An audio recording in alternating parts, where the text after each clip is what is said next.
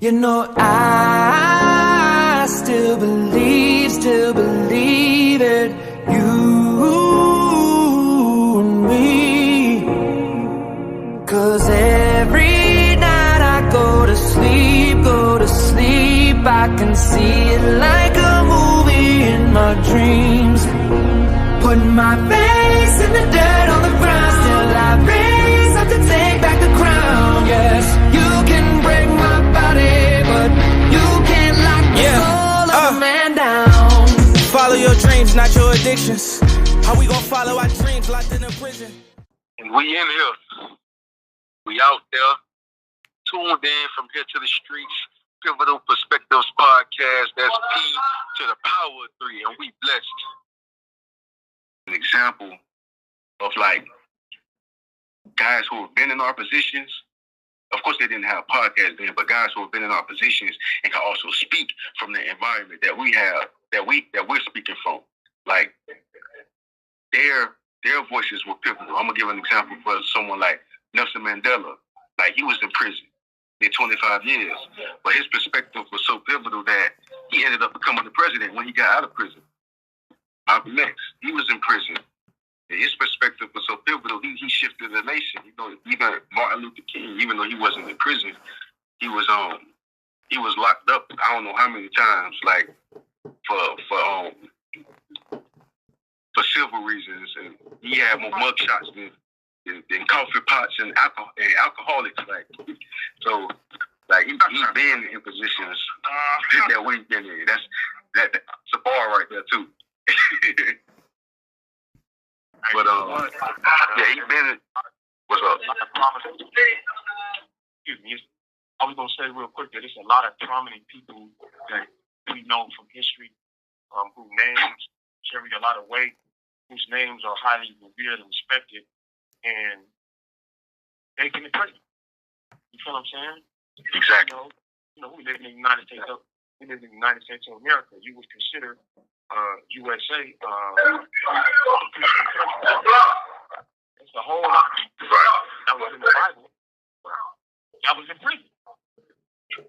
Right. Exactly. Of the Bible that was written by people while they was in prison. Exactly. It don't make no sense for us to sit back and just allow ourselves to waste away, knowing that, you know, prison ain't never stopped nothing for a whole lot of people. You know what I'm saying? Never mind, you know, whether it's, you know what I'm saying, 100 years or death sentence. You know what I'm saying? I was just having to talk to somebody the other day. Jesus was on death row. I know that might come across as a controversial topic, but sit there and think about that. Jesus was on death row. Right. I was a death row at that time. Yeah, that was it. That's what that crucifix was. You know what I'm saying? You to die. Yeah. So, like with that being said, like I say, whether somebody is in prison, whether you know somebody that's in prison on the streets, like you gotta understand, like, you know, in any way that you can, you gotta breathe life into your people and see if you can get them to like change their perspective. Because it's right. over. So right. It's funny you say that too, man, about, you know, Jesus being on death row, and a lot of the guys in the Bible, or these prophets in the Bible, disciples or whoever, being incarcerated while they wrote or they spoke certain things from those type of environments or those type of situations. Because when I hear that, I think of Joseph. Because, you know, Joseph, hey, hold that thought. Want to call back? Back on it. Okay, so yeah, like, you know, Joseph was in prison. Like, he was thrown in prison, man, and he went through a point where he felt he was at his lowest, but he still tapped into his potential and used it. And his insight, his perspective shifted a nation at that time. And he did this from in prison. And eventually, of course, it ended up leading to him getting out of prison, and it put him in a position to where he continued to lead that nation with his voice and his insight. But it just shows that, like, sometimes the voices that can give the message that people need to hear come from the people that they would least respect, or the people that they kind of like push to the back of society or to the back of what's going on in the world or whatever. Like it's like when we look at all these different individuals, whether it's in history, whether it's in theology, in the Bible or whatever, a lot of them did come from a place where they were considered the lowest of the low. You know what I'm saying? Yeah.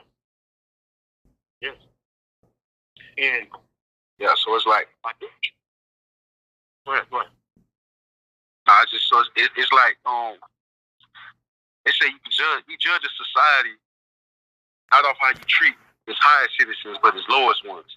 And you know, we kind of live in a society where at times they treat inmates with, I want to say, sometimes sympathy or pity, or even time they detest us to a degree sometimes, not even really knowing. I'll admit, I understand the purpose of prisons to a degree, but you also got to realize that some individuals do rehabilitate themselves. And it's not like, for me, my rehabilitation really didn't come from the system. My rehabilitation came from myself. I put the work in myself to get to where I'm at.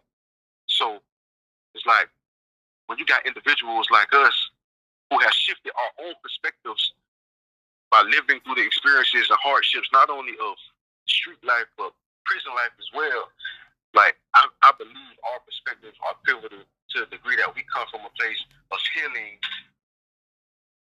while we living in an environment that's surrounded or filled with chaos. Yes. Absolutely. Right. And for me, like I said, I completely agree with everything you said. And truthfully, the thing that actually really made me want to change was because, like I said, I called my case when I was 18 years old. I was still going to high school when this happened. And I'm 18 years old. I'm sitting up in this cell, 23 hours a day, 23 and 1. I'm in a hole. And I'm sitting there and I'm looking. I'm like, man, these people do all this different stuff. It's going to take my life away. I don't even know what living is yet. I ain't even lived yet. I ain't did life. I ain't did no life in living. You know, I ain't even did no real loving. And they can take it all away from me. That right there is what set me on this path, because from there I just started putting a question mark at the end of everything. You know what I'm saying? It's just like a little kid. Like, you know, kids always want to ask questions. Why? Or what's their favorite word? Or how come? Or how come we're doing this? Or how come that's like that? Why is right? Right. I adopted that in my 18-year-old life, looking at the sentence that I was looking at. And that's what helped me continue to challenge myself, to understand that, okay, this person that I'm looking back at in the mirror, I really don't even know him, and I'm stuck with him forever.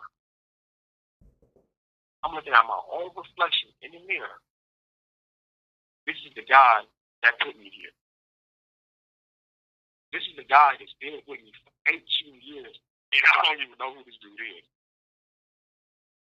To me, that blew my mind. You know what I'm saying? That genuinely blew my mind. And you know, I'm going to get to my now, I was going to say, you know how hard it is for individuals, even out there, to do what you just did, you said you did, like to actually sit there and confront every truth about themselves, like face every truth about themselves and accept it. Because, you know, that's the first step towards, like, real personal growth, is when you can accept every truth about yourself. and then move forward after that. Then start the process of healing. So what you talking about you did, a lot of people to this day, like whether they're in their 20s, 30s, 40s, whatever, it's still hard for them to do something like that. And in the free world, like I say, out there when you're physically free and so you gotta pay bills, you gotta wipe butts, like you gotta take care of these kids, you gotta get these kids to school, you gotta go to work, you gotta do all that. To an extent, I understand, even though I've never done all that. To an extent, I understand, like, life is extremely demanding. I get that. So, there is one luxury that comes with being in prison if you take advantage of it.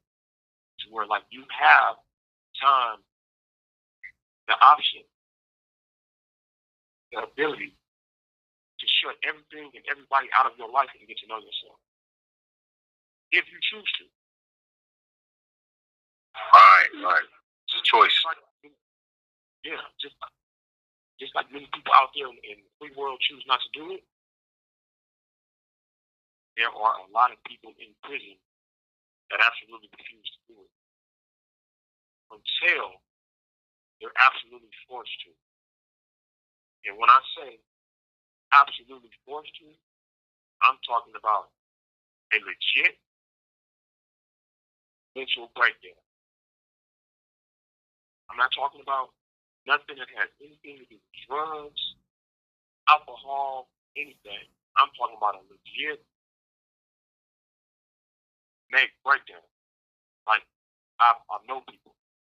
20 years I've been down, I know people. Don't get high, don't drink, don't smoke, don't do absolutely nothing. And one day, you go up to speak to them, you go to talk to them, and you realize your face ain't registering in their eyes. You see it off the bat. As soon as you see them, as soon as you like eye contact with them, hey, what's up, bro? How you doing today? You see that they ain't register your face. You know, like, oh, okay. I can recognize it. I know what it is. I've seen it happen. I've seen people go through it multiple times. See that shifting? And yeah, you see the shift, you feel the energy, and it's like, saying it's a heartbreaking experience.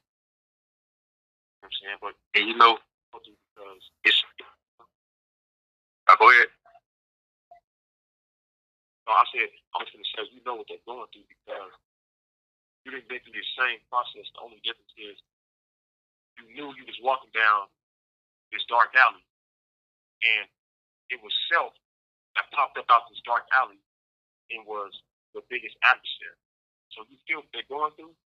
The only difference is with them, they got blindsided with self, and they don't know how to fight back right now. You know, I feel that on so many levels, bro. Especially because it's like I've had one of those type of situations, but I had it not in front of others. I had it alone in my cell. Like on my way to see him when I went to see him for the first time. You know, see him, that's close management. That's like where you go up, like you do stabbings or you do like all type of excessive or violent DR. You go to close management sometimes for a year and a half, but some people spend 5 to 10 years on CM alone. That's behind the door, 24/7, 24-hour lockdown. But that situation ended up leading me to do one of the hardest things I ever had to do in prison. Because, like, now before I get to the situation that happened, I want to explain what the hardest thing is that I ever had to do while I was in prison. And the hardest thing I ever had to do was conquer the way I emotionally respond to situations. Because, you know, like, in a place where your emotions can mean survival or weakness, controlling them is like a tightrope, in a sense. Like you walk in a tightrope. Because the prison environment is full of triggers, like disrespect, and the disrespect can come from officers, it can come from inmates, those around you who's supposed to be, like, in the same position as you is. And all these triggers can ignite things like anger or frustration. But, I had to realize that my emotions, if I don't control them, it gave others power over me, which caused me to feed into the chaos that's going on around me. So I had to learn to pause and reflect, choose how to respond instead of react. That was the monumental shift for me, and it took a lot of patience, it took a lot of self-discipline. It took a willingness, like how we was just talking about confronting and accepting yourself. It took a lot of willingness for me to confront these emotions. And, I had to teach myself to respond to any aggression with calm. To replace bitterness with understanding.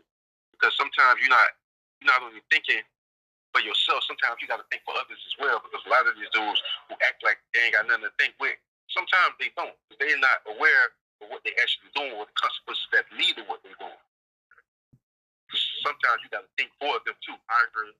And I had to find peace somewhere in the midst of that. You know what I'm saying? And it's like it wasn't about me suppressing my emotions. It was just about me mastering them.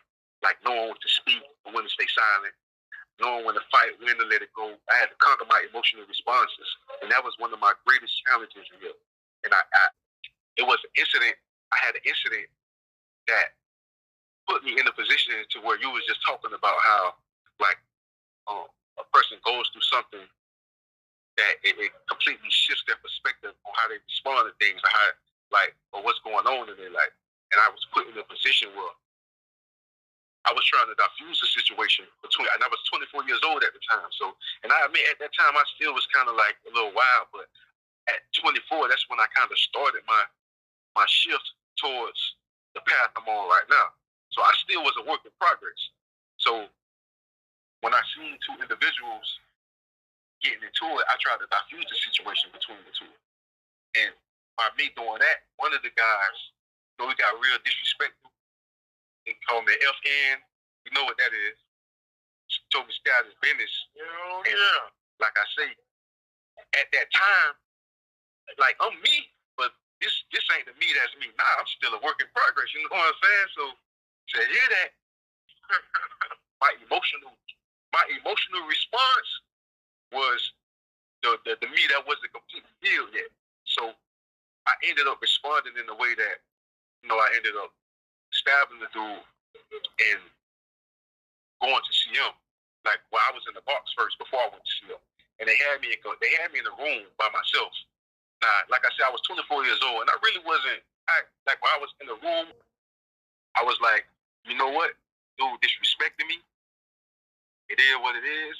He got what he deserved. But then there came a point when I was in that cell where an officer came to my room. He was like, okay, no, you can't have a roommate because you got an MIP. You got a murder in prison. Now, when he said that, all type of thoughts went through my head like, oh, man, okay. I already got all this time trying to get off me. Now I got to fight another life sentence. And at that time, then it kind of hit me like, damn, what is you doing, bro? You already trying to get out. And you let your emotions push you to a point where it made it extremely more difficult for you to get out of prison. You know what I'm saying? So it was at that moment.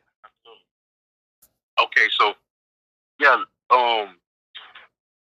so they told me I had an MIP. That's a murder in prison.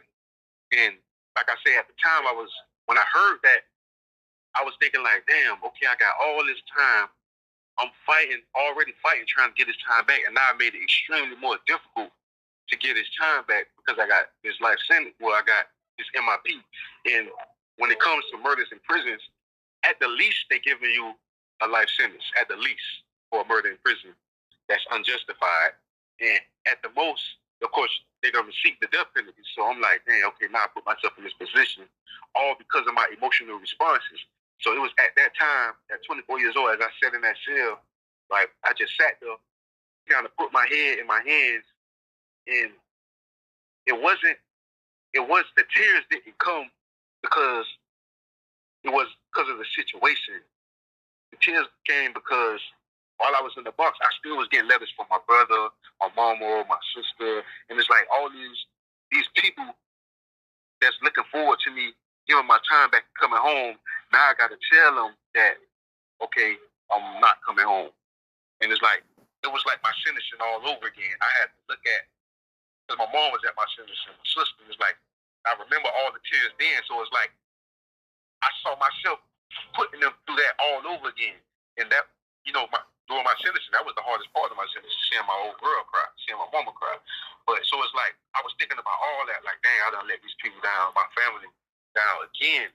So it was at that point, even though I didn't fully completely know what was going on, that I told myself, I'm like, okay, man, we got to make a change, but we can't keep responding to situations like this.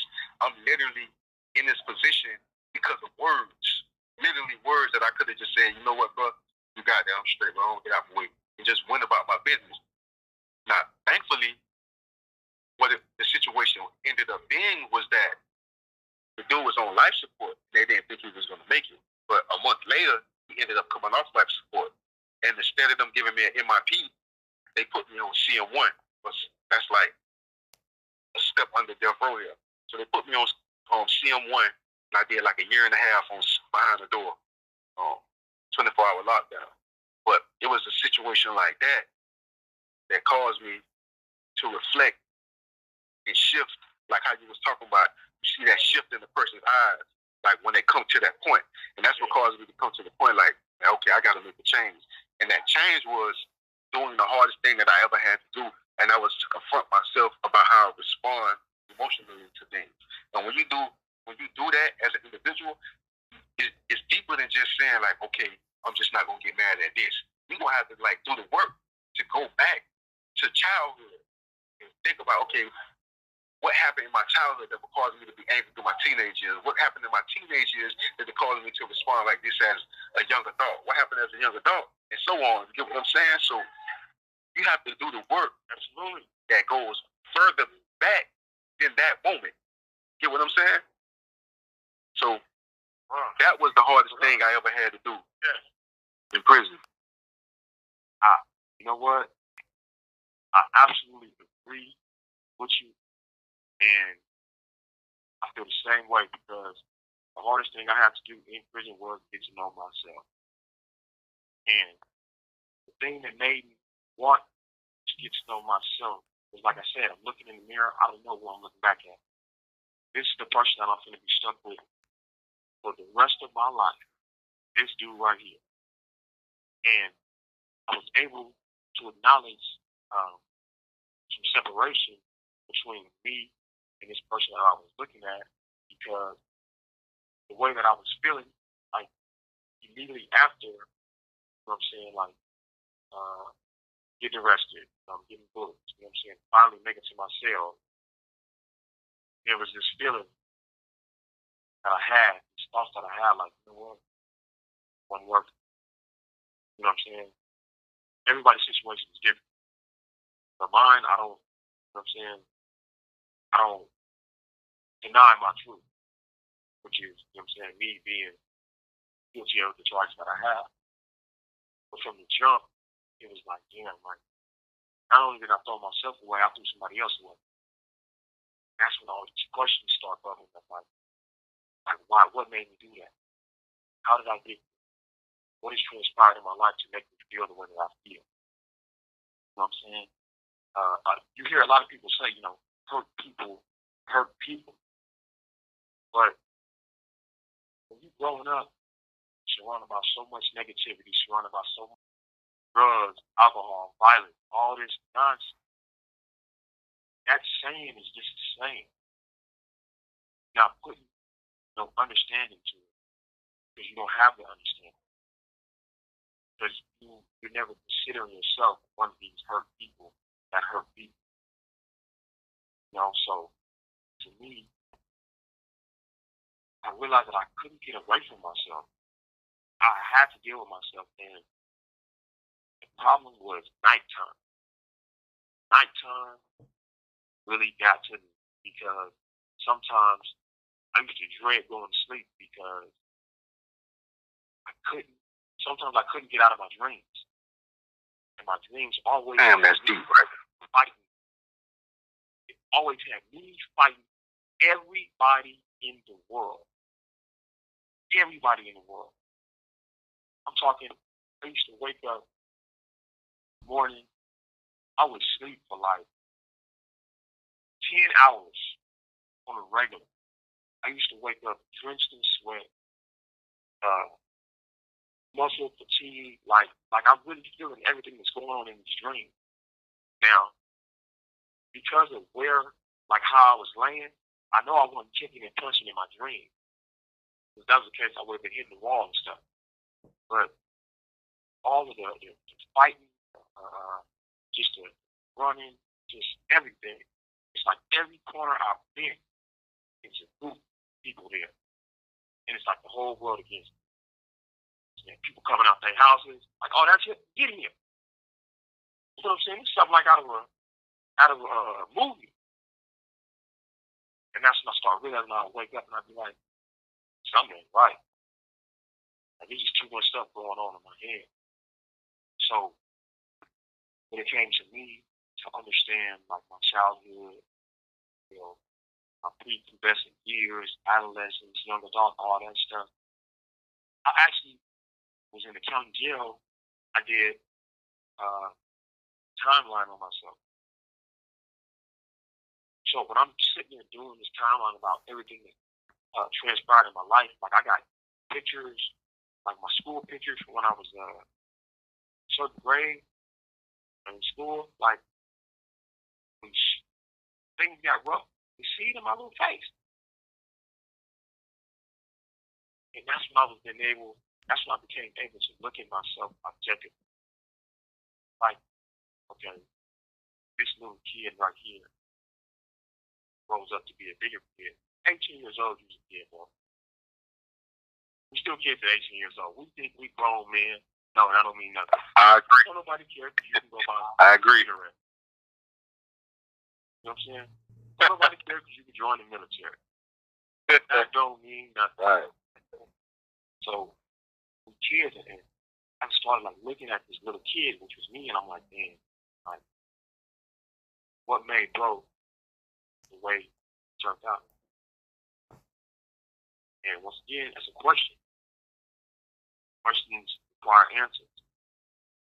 So once I start getting answers, I start putting questions behind everything, because now I'm getting answers. Now I'm getting results. You know what I'm saying? And now things are starting to make sense. So every time I feel some pressure, I'm questioning the pressure, like, why am I thinking like this all of a sudden? Why am I thinking about this all of a sudden? Why can I read a book, hear about somebody's life experience, and it'll trigger something inside of me? That's when you start putting two and two together. You start connecting the dots. You know what I'm saying? And as you start piecing together this puzzle, as I start piecing together this puzzle called life, or my life,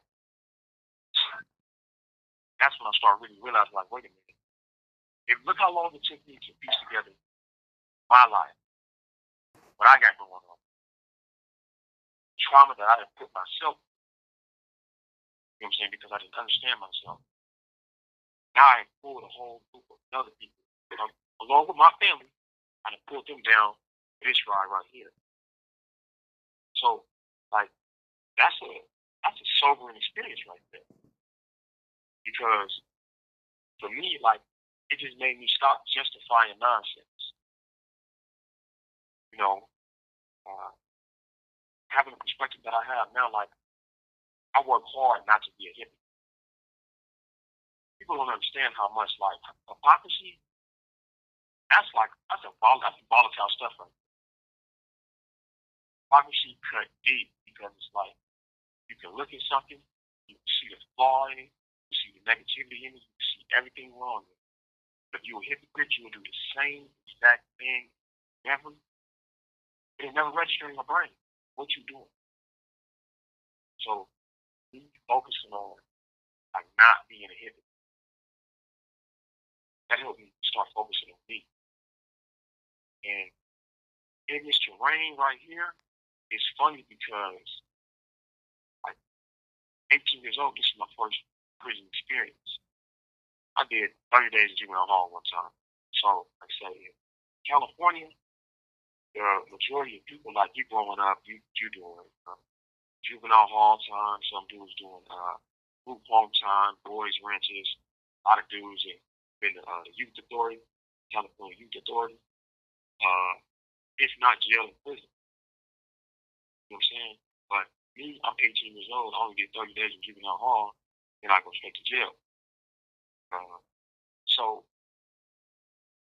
the first thing that I noticed in jail, even in the hole, was the hypocrisy. All these rules, it just didn't sound right. And they wasn't really fully being, they was being spoken upon, but they weren't being fully implemented. Even though I'm in the hole and I'm around some dudes that, you know, they come to prison standards like they somebody. I'm sitting back and I'm like, these don't make no sense. And one of the first things I realized was everybody putting on the show. Everybody putting on the show. So if you put on the show, you can't help but be here. So for me, I'm focusing on being me, not trying to be nothing like you. So I'm not going to be a little homie. I'm not going to be a protege. I'm not going to do none of that.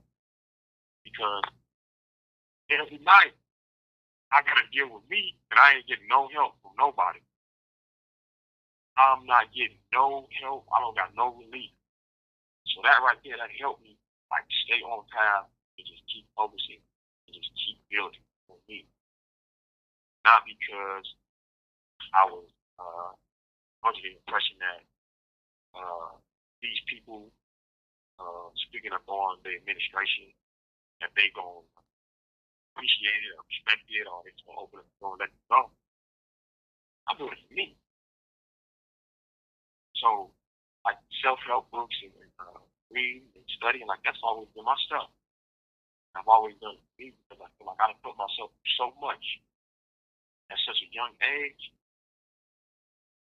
I owe it to myself to at least try something new.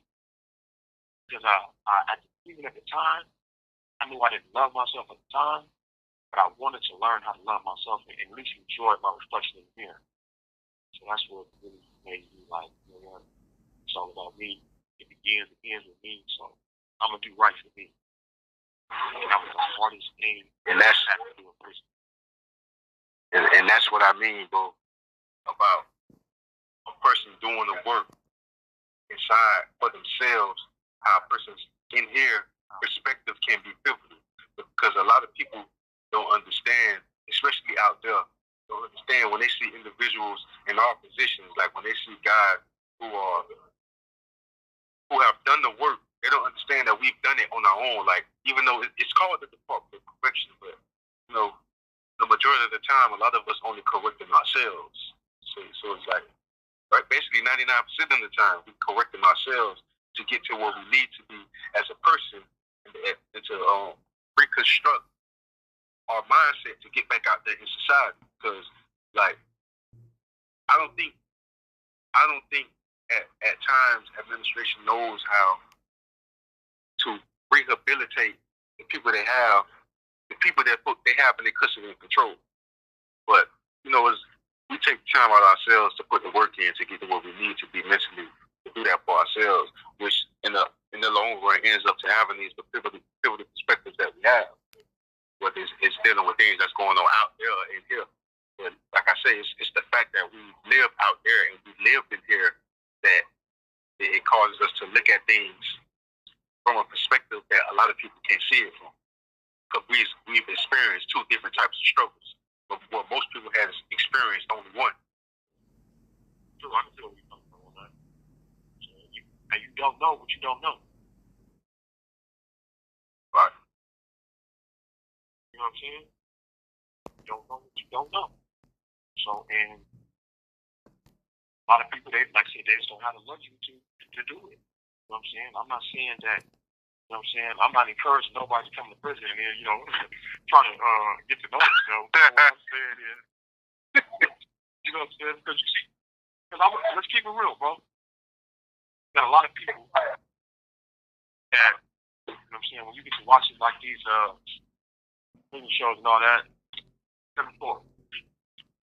When you get to watching all these prison shows and seeing people that they got the camera crew that they done brought to the prison, and you know what I'm saying, they talking to the inmates like you got a lot of dudes that are bursting out their mouth. Prison was the best thing that happened to me. I'm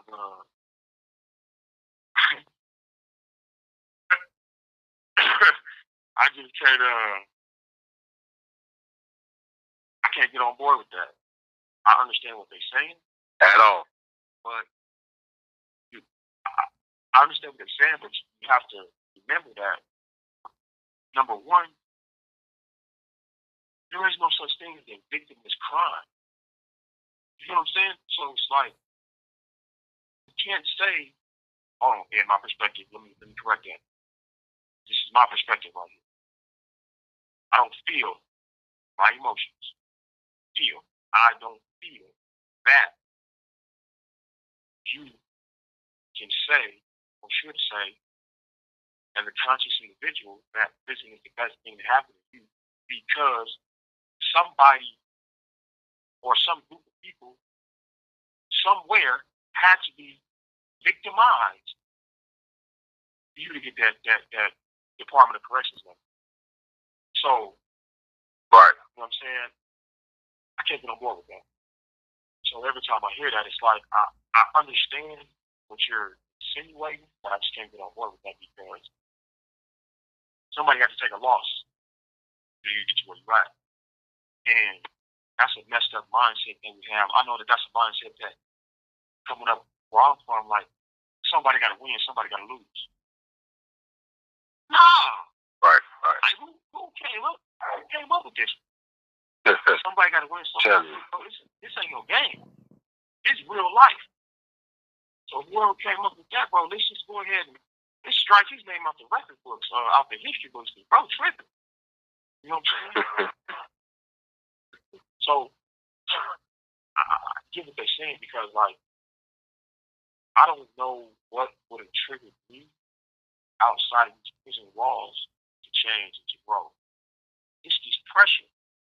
It's this hurt. It's the heartache. It's the loneliness that I felt most of the time. The loneliness ended up turning into solitude. You know what I'm saying? I have to feel that loneliness first. You know what I'm saying? And you know what? Yeah. And I feel like you can get that. You can get that type of emotional pressure out. You could have got that type of emotional pressure out there the same way you got it in here. So that's why I agree with what you're saying about, like, you can't say, "Oh, you're thankful for prison," like how some individuals say, because it's really the emotional pressure that's caused the person to shift like that. And you can get that out there as well as here. Because you got some people that go through regular real life situations out there in the streets, and then they have pivotal moments where they be like, "You know what? Something got to change. And you know what? I need to do this. So you know what? I need to cut this person out of my life to get to where I need to be at, or to take myself out of this dark place." It's the emotional pressures in itself, not prison, that causes people to have these shifts. So just like that same emotional pressure that triggered them in prison, it could have happened out there as well. Very, very true. And like I say, I feel that 100%. So I like to believe that that's true. So I'm not going to credit this as being the best thing that happened to me. I will say it's definitely been a sobering experience, and like the knowledge, the wisdom, the understanding that I've attained, like since I've been behind these bars.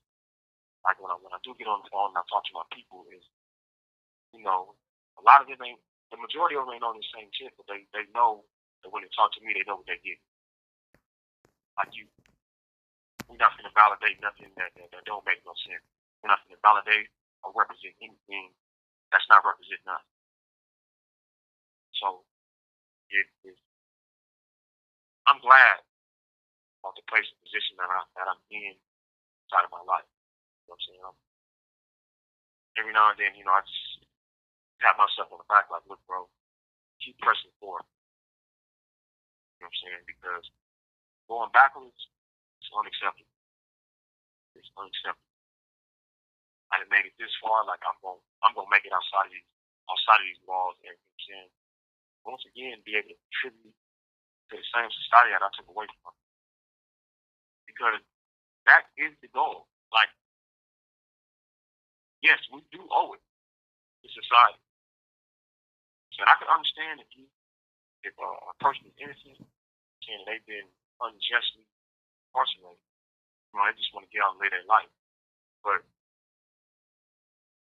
those that actually committed crime, yeah, bro, when you get about, yeah, you get you a little year or two to take you for a minute before you owe society. You know what I'm saying? Never mind what they're doing in New York or Idaho or whatever, bro, you owe society. Same society that you came from. If you can't do it where you came from, find somewhere to do it, bro, but you should. Not have to. You should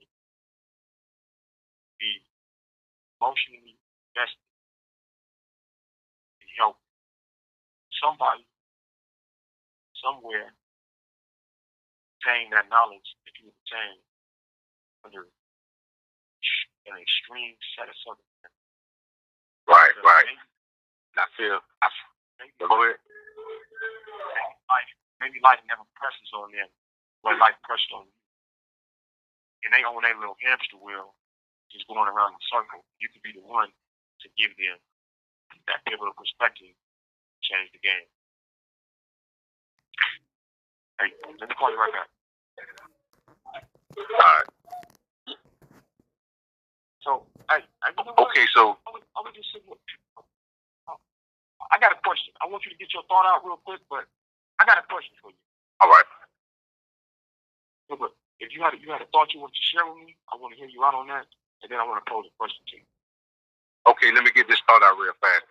It's really just touching bases on what you were saying about what we owe to society, because I completely agree with that, especially like when you say if someone actually took from society at some point, then something needs to be given back, and it can be given back in all type of ways. And you can do it through the people you inspire, or the people you touch, or the people you help facilitate their growth and their change.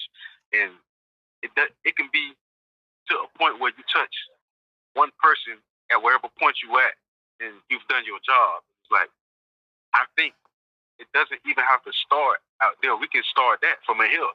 Like guys who are incarcerated, who have done the work to heal themselves, who've done the work to change, like they can start that giving back process even in here. Because it's untold number of individuals who can hear somebody's stories or what's going on inside of prison, and then it'll change their lives, or it'll influence them at a pivotal moment in their lives to make a change for the better. You know what I'm saying? I completely agree with you on that. Absolutely. But you know what? The way you put that right there, when you guys are talking about other people in here, it actually has a lot to do with what I was going to ask you. Because when you get to talking about people in there, and the thought popped up in my head. So my question to you is this. Are the connections that you've made inside, which one matters more to you? Connections that you made inside or outside of this prison? Because remember, now you got this pivotal perspective. You see things differently. Like you understand certain words. Like words are no longer punchlines to you. You know what I'm saying? Like love, respect, loyalty, integrity. Those ain't punchlines. Those words have meaning, and you know what they mean. So, would you say that the connections that you've made since you've been incarcerated are the connections inside deeper than the one outside people you interact with? I believe that's a twofold question, but to answer it in one perspective, I feel like that a lot of the connections that I have outside right now at this moment that I had before I came to prison or family members and maybe one or two friends. And I feel like they always gonna be there because that connection is solidified through love and through history. Like they gonna be there. And when I relate that to the connections that I've made since I've been in here, and I'm not talking about individuals just inside the prison system itself. I'm talking about connections I've made with people that are outside since I've been in here. I think these connections at this point are more important and pivotal to my future in the aspect that it helps facilitate what I'm trying to do as far as moving forward with my future, as far as like building, as far as like constructing things that'll help benefit guys that are in our situation or guys that are at risk to be in our situation. Like a lot of the connections I made in here, I can agree or I can say are somewhat more important than the connections that I've had, but only in the aspect of that they help facilitate me, or they help push me in the direction that I need to go as far as where I want to be. And I want to give an example of that. Not saying I'm like him, not saying I am him, but like when Jesus was on his mission, I'm gonna go back to him again. He was on his mission. Someone asked him about his mother and his father and his mother, his brother, and his relatives, and he looked at them and he spread his arms at his multitude. He said, "Behold, my brothers, my mama, my sisters, these are my family." So it's like sometimes the connections that we had on the outside, they there because they solidified through love and history. And it's like we there through blood, thick and thin, but the connections that we made while inside, while we've been in this situation, are for a bigger meaning. Like it's a bigger picture involved than just something that's solidified in family and blood. You understand what I'm saying? Okay. I get that. And okay, let me respond to that real quick. Then I'm gonna make a minor transition. So for me, I would like to say now, like the time that I share with people that I interact with, share my circle with, even when it comes to the people that I pick up on the phone or the people that I talk to here, right? I wouldn't say that I value those in the street more than I value these in here, because it's only a couple people in here. In the 20 years that I've been incarcerated, it's only a couple of people in here that I look to as family. And even though I met them over a cold bowl of mush under these circumstances, if I got out of here tomorrow, you know what I'm saying, I wouldn't forget about them. Or if cold as this might sound, like I got family that I love. It's my family, blood relative. I ain't seen them. We ain't really kicked it over 20 years. It's 2 decades.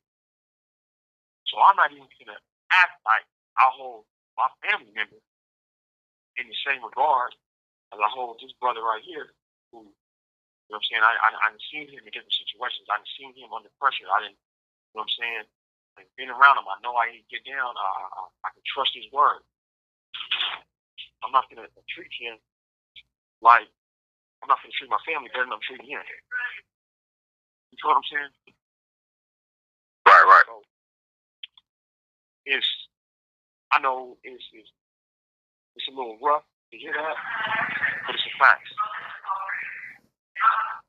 It's the facts that matter. So I can't. Now, like, I value my relationships. If you earn my respect, you earn my love, you earned my trust, and I can find that in you as well. That's what it is. Period. Like, that's what it is. And if I can lean on you, you can lean on me. That's what it is. So I'm not gonna give my family member, extra added anything simply because of his family. And my brother right here, you know what I'm saying? He done been with me when I done lost my pops, I done lost my mama. Like, we've been here.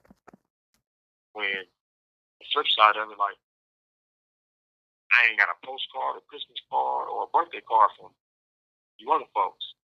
I'm not saying I don't love you, but I'm gonna say I appreciate this relationship more than that one. I want to expound on that too, bro. Like, that's why, yeah, what I was saying, you was finished, right? I ain't want to interrupt you. Yeah. Okay, I was saying, like, I wanted to expound on that because when I said that it was a twofold question, you kind of basically answered the other half of that question. Because, like, when I was explaining it, I'm explaining it from the perspective of someone who are looking at all connections that I've made since I've been inside, whether they out there or in here, compared to connections I've made that I've had on the outside before I came to prison. Now, looking at it from the other side of how you explained it, which is why I said it's twofold, is because, like, I do have individuals in here. Like, if I look at that in itself, if I look at the individuals in here compared to the connections with individuals outside as a whole, whether it's before I came to prison or during prison, like, it's a lot of guys in here. Well, not a lot, but it's a handful of guys that I do consider family in here. And, like, those connections was very pivotal to my growth. And it's like, it's from each camp I've been to too. It's like there's been like at least one individual that I connected with and learned something from to a degree that it shifted my perception on certain things. So, and those connections were pivotal to my growth. So, a lot of these connections that I made here, like, it's I agree with what you're saying about certain family members not staying in contact or whatever. Like, just sometimes they just family in name and in action. But it's individuals in here that I do consider like real brothers. And like you said, if I was to get out, for sure, it's hard to distinguish. It would be hard to see a connection outside from family who I haven't heard from in years or whatever would be more important than the connection I got with them. Because the connection I got with them is priceless. Because it builds something and it helped shift me in a direction that led me to who I am now. So, like I said, it's a twofold question, but it's you got to be real critical when looking at that question with dealing with the connections of the people you have, like whether they in here or out there. Because, like I say, I got real strong connections with people since I've been in prison that I've built in here, but they not in prison. They outside. They on the streets, but I built a connection with them since I've been in prison, stronger than the connection I've had with people before I came to prison. But there's also people that I have a connection with in here that I have a stronger connection with than some that I've known all my life. Okay. I can dig that. I can dig that. And so the reason why I asked that is because say in my time, like I did a lot of I did some letter writing all over the world, and there are people in certain pockets of the world when they look at the American criminal justice system. A lot of them think that we all clever. You know what I'm saying? We all read books. We all study. We all draw. We all paint. Like we either gang banging on some prison politics stuff, or we just very artistic and studious and all this other stuff. And I'm like, no, that is like the farthest thing from the truth. Farthest thing from the truth. Hold that thought. I got a question before we move on something else you said you was discussing. But when we talk about connections, when it comes to the connections we have with these people in our lives, how do you compartmentalize these connections? Like, is there a level of communication you have with these connections? Like, to a certain degree, okay, I have to invest this amount of energy in this connection. I have to invest this amount of energy in this connection. There's like a certain level, like you compartmentalize them to a degree on, not, I ain't gonna say the level of importance. That's okay. This one is less important than this one, but to a degree that, okay, this energy needs to be invested in this one more than this one at this moment. Like, how do you choose who's at what level in the compartmentalization of those connections? Okay, so check it out. Like for me, like my bro, like the main person I'm associated with him here, everybody know who that is. You know what I'm saying? So like it's understood because it's shown through action. Like this is somebody that I'm gonna check on every day. I'm gonna talk to every day. I'm gonna eat with him every day. You know what I'm saying? Whether I get dealing with his canteen, package, whatever it is, he's getting some of that. You know what I'm saying? It could be like 3 people that I really kick with, that I really associate with. Like, they already know that y'all not getting done until I check on my bro. And like, to me, you gotta earn that. Like your ideals, you know what I'm saying, and your philosophy on life, like the way you treat people, the way you interact with other people, the way you talk to people, like, yeah, you gotta walk that walk. I have to see some of myself in you, and you also gotta help me see like my flaws, my shortcomings. You feel what I'm saying? I'm gonna help you see yours, but you gotta do the same thing with me. So if we not, you gotta be like you gotta give me the nudge, like, hey bro, you messing up. Like, that was wrong. You know what I'm saying? So it's not the woman that I truly build with and have grown up conversations with, and like, if you're not interested in getting out of prison, me and you will never be cool. Period. I don't care if you've been down 2 years. I don't care if you've been down 30 years. I don't care if you got a release date or if you don't got a release date. If you are not talking about life outside of these walls and what you're going to do, me and you will never be cool. So I'm not even going to allow you to really, I'm going to keep it cordial with you. I'm going to keep it respectful, but we will never be friends because I do not agree with this incarceration. There's nothing cool about this. There's nothing fly or fancy about it. This don't validate me in no way, shape, or form. So if I call you my friend, if I call you my partner, if I call you my brother, like, it's only it. And at the same time, though, like, let's just keep this real. Yes, there is a hierarchy, and everybody knows where they're at. Like, it's not a question. Everybody knows where they got on my hierarchy, and I'm not going bigger than one hand to say, like, you're gonna say these is my friend, because I'm not saying that you have to agree with everything, all my thoughts and feelings and beliefs. You don't have to agree with all of them. But the foundation of it, our foundation got to be the same. Period. Our foundation got to be the same. So, if it wasn't, it wouldn't be a connection. Exactly. So our foundation. I completely agree with that, bro. We could build up on that. But if you, let's just say you in here like, you say, come on, bro, we all come from the streets. You know what time it is. Bro, if you in here still caught up on the life, I can't associate with you like that. Because you know what comes with this life. More prison, more top ramen, more mackerel, more hot Cheetos. You know what I'm saying? Like, this is what comes with that life. More time eating the same prison food and stuff. I'm not about that, bro. You know what I'm saying? Like, I'm done with prison. I'm done with it. So it's not hard for me to like compartmentalize or just like keep things in order.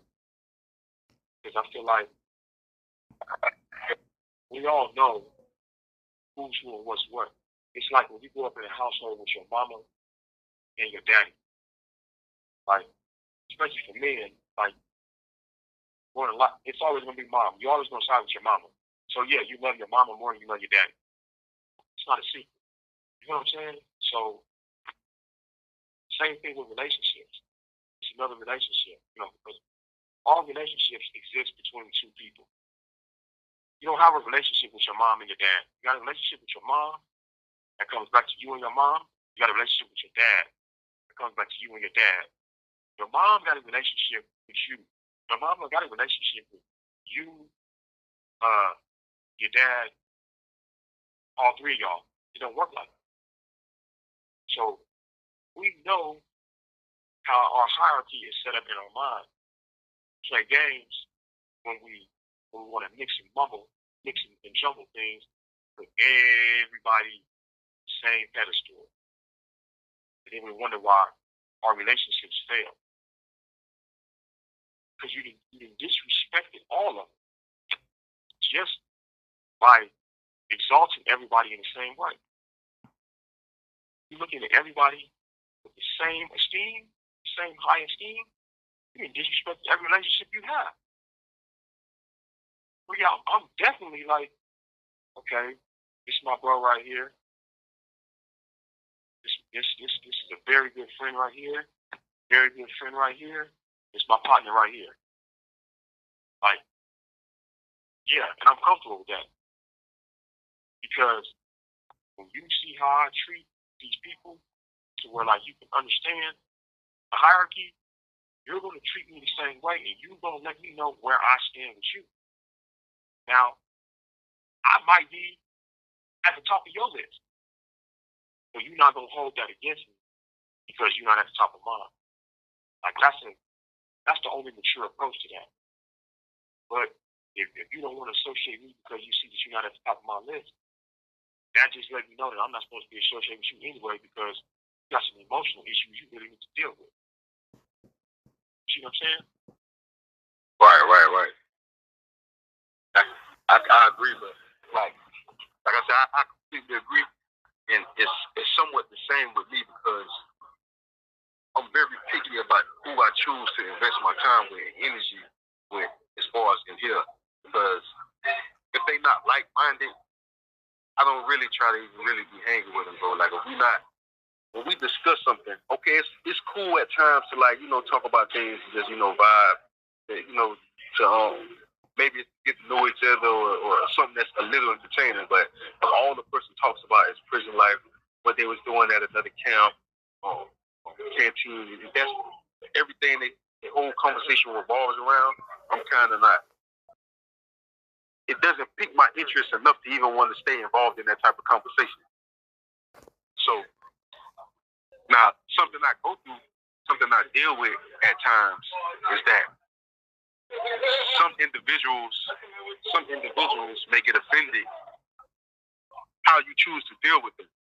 Like, as far as, like, they may feel like, because I've had this happen before, like an individual may feel like, okay, you give off the energy that they think like you better because you choose to stay to yourself, because you choose to not, like, involve yourself in these type of conversations. Everybody, they over here vibing and doing their thing, but it's like, if the conversation isn't pivotal to my growth or something I'm trying to achieve, and I see that it's a fruitless conversation that I've heard for the past 15 years or 16 years over and over again, who has the most passing yards or what city does this, and like, these are conversations that are had repeatedly, generation through the chain gang.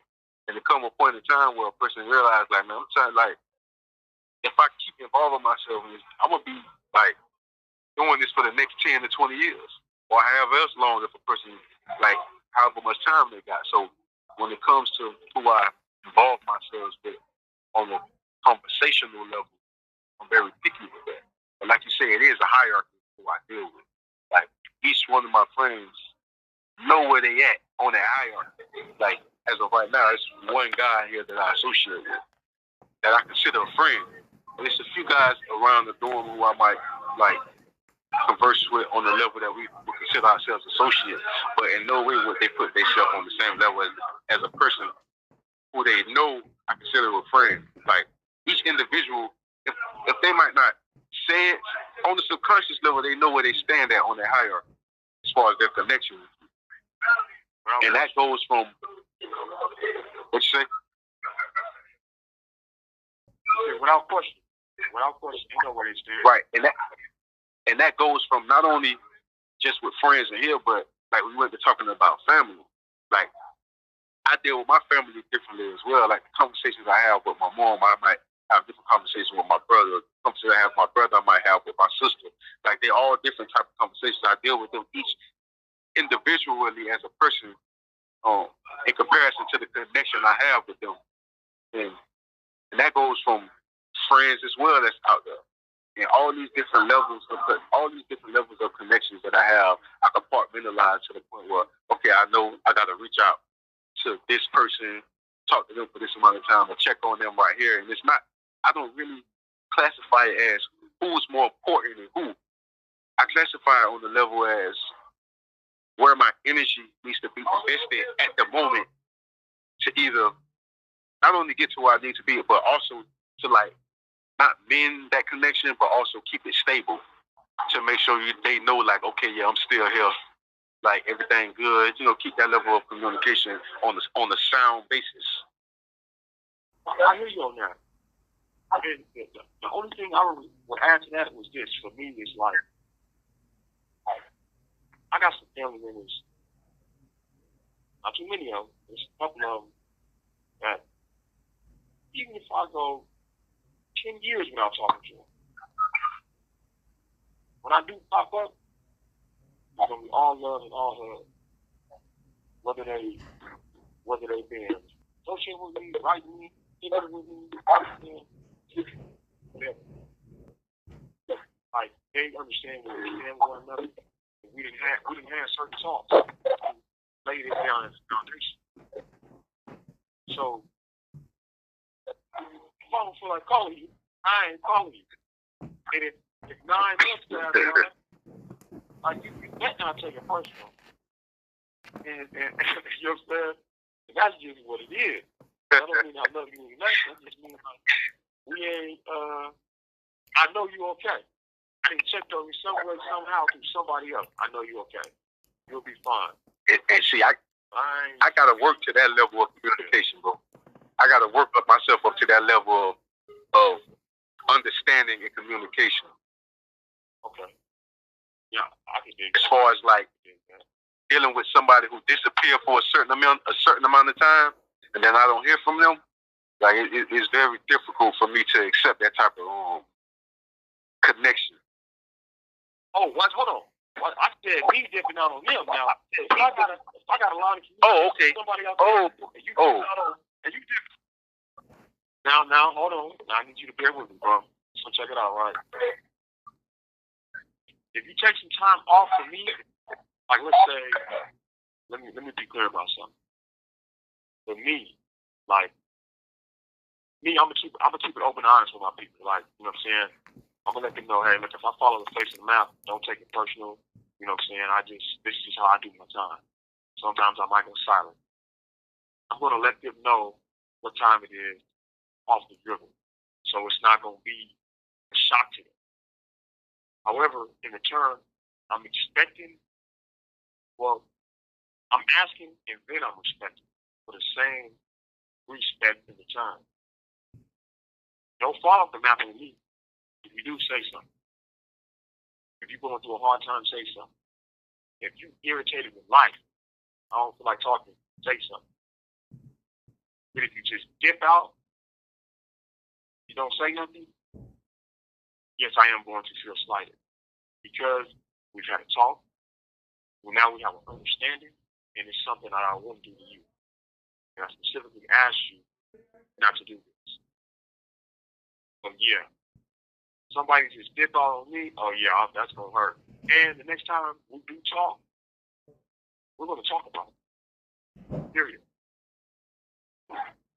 And I think a lot of people don't understand that when we disappear, it's a difference between them disappearing, because sometimes there might be things going on in our environment that causes us to disappear, to make communication a little difficult, or we might be going through things in here that we have to get situated, whether it's mentally because of our confinement we in, and that we have to get to a certain point mentally to get back into communication sometimes. But I feel like if a person who I'm connected with disappears for an extended period of time, like I'm going to take that personally. So like, and thankfully I have individuals in my life right now, like if I disappear for a certain amount of time where they don't get no emails or calls from me, they're going to be calling up here trying to see what's going on. So I'm thankful I have those type of individuals in my life right now. But for the ones I do have, if it ever come a point that they do disappear, I will take the person, especially if they don't tell me what's going on. If I'm not aware of what's going on in their life, I'm going to just take it as, okay, so the verbal situation is happening where a person is getting forgotten about somebody they care about. And that's what plays in my head when somebody just disappears for a long period of time. Okay, this is the cycle that most inmates or incarcerated men are used to, someone disappearing. Especially somebody they care about. Real. You know what? All right. I think that would be a nice, that right there, I think that would be a nice point for us to close off on, man, because I feel like we didn't have a nice chance to really, you know what I'm saying, really rap, like, you know what I'm saying, share ourselves, share a little bit of ourselves with the world and give them a understanding on who we are and what we got going on right here. So, you know, I want to say that, you know, it's over with for the day, but next time we meet, you know, we guarantee to give you some pivotal perspectives. Reclaiming humanity. One episode at a time. Yes, sir. And I appreciate you, Marcus. And stay strong, my brother. You already know. See you soon. Same here, bro. Same here. It's all love, Rashad. All love, bro. Peace and power. Peace. Blessings.